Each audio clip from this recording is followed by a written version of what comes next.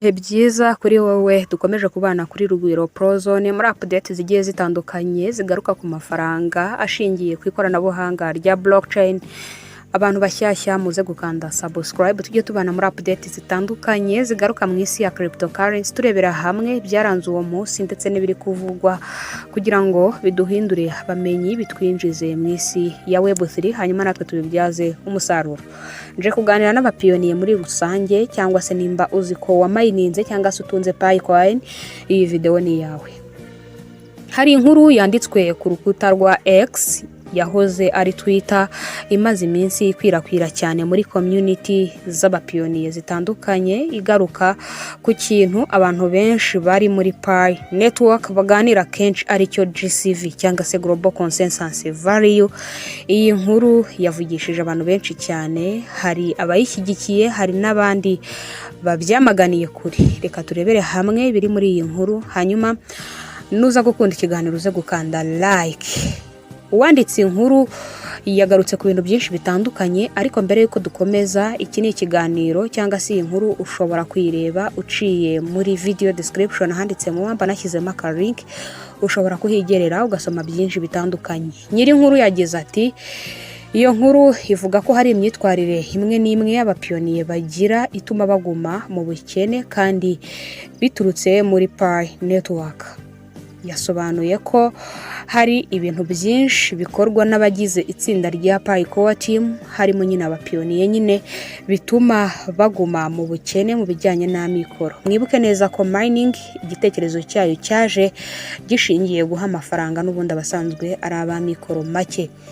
Ahangaha rero yagarutse ku kijyanye n'iyo myitwarire, avuga ko nko kugurisha Pi ku giciro gito cyane ari ukwihemukira, kwiringira mining gusa utayivanga n'indi mirimo. Ubwo nyine ni ugukora mining gusa, indi mirimo ibyara inyungu yaba kuri wowe ndetse n'aho utuye ukayivamo, ukavuga uti nzakora mining gusa, nabyo ngo ni uguta umwanya no gufata GCV cyangwa se Global Consensus Value nk'igitekerezo kidahinduka cyangwa se nk'itegeko ryamaze kwemezwa. Ibi ngibi nabyo yavuze ko ari ukwibeshya.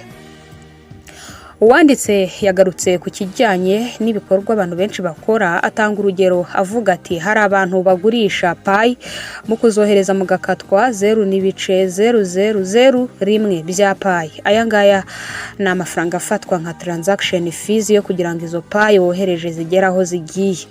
Iyi transaction fees twayisobanuye ko ari nka kumwe ujya kohereza amafaranga nk'ibihumbi 5 mu kigo runaka gikora mobile money transaction, bakakubwira bati kugira ngo umuntu ugiye koherereza 5 bimugereho natwe raduhereza igiceri cy'ijana kubera ko tugiye gukora igikorwa cyitwa validation, aribo bari bube aba validator.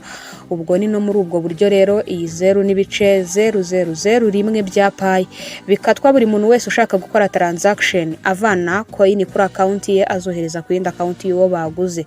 Ibi ngibi yabigarutseho avuga ko ntago ari bwo buryo bwiza trading yakabaye ikorwamo, abantu bakwiye kubyitondera kubera ko ari amafaranga bakata buri mupiyoniye wese bayateranije ni amafaranga menshi. Yagize ati hari igihe ukora transaction ukabona ko bagukase duke, ariko uzateranya ama transaction yose umaze gukora uzasanga warahombeyemo Pi zitagira ingano. Amakosa ashobora gutuma abantu biyangiriza amahirwe y'ejo hazaza nk'uko yakomeje abigarukaho. Yatanze urugero rwo icyambere cy'uko kugurisha Pi uzihinduramo USDT, ibi ntago ari ibintu byiza ahubwo ni ukwiyangiriza, kubera ko agarutse kuri izo transaction fees zikatwa, agarutse ko buri transaction yose wohereje ku ma exchange agiye atandukanye bihita gira ikibazo ku isoko bigatuma rigwa.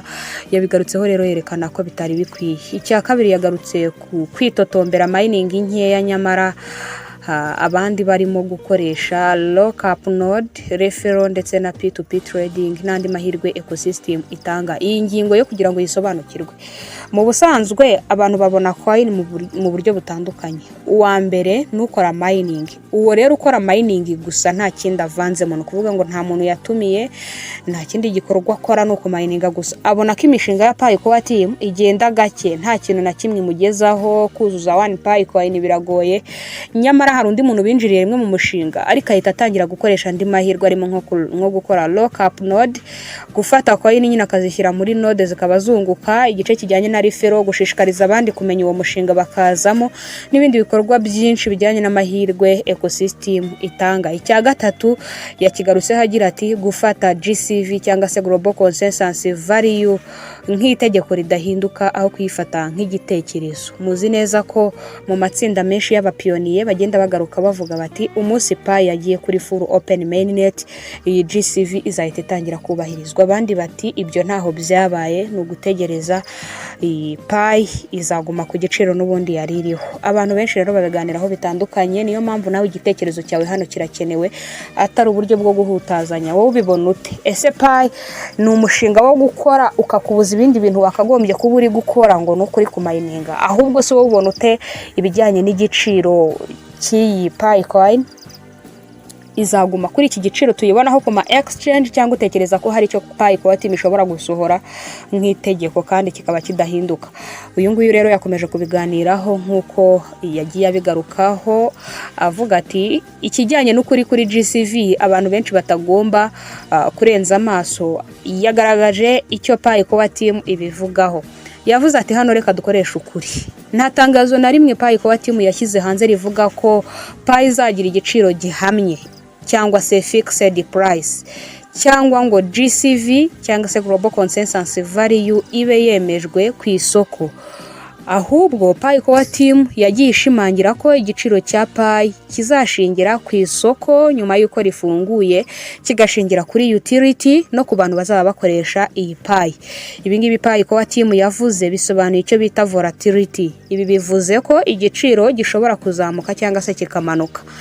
Ahangaha yavuze ko aya makosa abenshi bayakora nyuma y'uko badasoma white paper cyangwa se ngo barebe n'amatangazo. Yavuze ati ikibazo gikomeye cyane nuko abantu benshi batiga ku kijyanye na white paper ya Pi network, nibasome neza amatangazo ya Pi coin ahubwo bagakurikira ibyo bumva ku mbuga nkoranyambaga zitandukanye.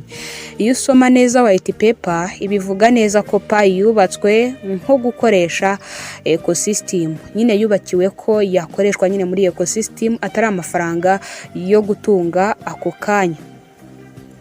Bivuze ko amafaranga ya Pi hari service n'ibindi bikorwa byinshi agenewe gukemura, ntagara yo guhita agukenura cyangwa se gukura mu bibazo ako kanya. Yagarutse ku yindi ngingo iremereye agira ati Pi n'urugendo ntabwo ari miracle. Nta crypto nimwe yigeze ikiza abantu mu ijoro rimwe. Yavuze ati Bitcoin ibi ntabwo yabikoze, byayifashe igihe kugira ngo izamuke igere hariya muyireba. Ethereum nayo ntabwo yabikoze, kandi na Pi nayo yagarutseho avuga ati nayo ntizigera ibikora.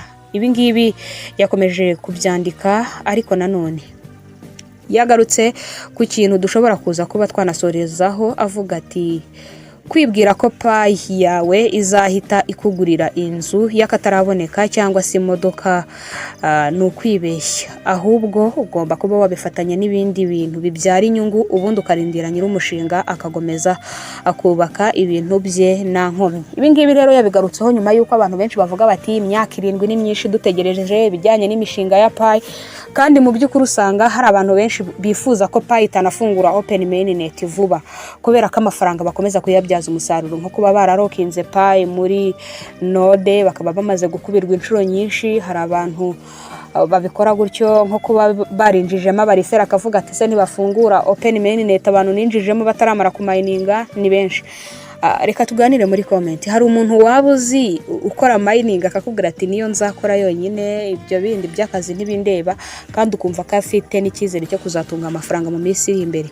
Reka twiganire ku musozo, turakomeza guhana amakuru n'ubundi tubicishije muri comment iraza kuba ifunguye. Nk'uko iyi nkuru rero yabigarutseho yanditswe kuri X, ntivuga ko GCV itazigera ibaho, ahubwo ivuga ko kutumva uko crypto ikora, kutiga ibijyanye n'ibyo nyir'umushinga yanditse, no kutagendera ku byifuzo bijyanye no kujara amarangamutima bituma wiyangiriza amahirwe yawe y'ejo hazaza. Aha rero niba Pi izagira agaciro gakomeye bizava ku bayikoresha. Kuyubaka no kuyisobanukirwa bigomba kuba byashyirwa imbere, ntibifatwe nk'igice cy'amasengesho ngo babisengere ngo Imana izadufashe. Niba rero usobanukiwe muri iyi video hari byinshi wungukiyemo, uze gukanda like, usige comment yawe kandi usangize n'abandi ibijyanye n'iyi video. Ariko kandi muraza kuza kumbwira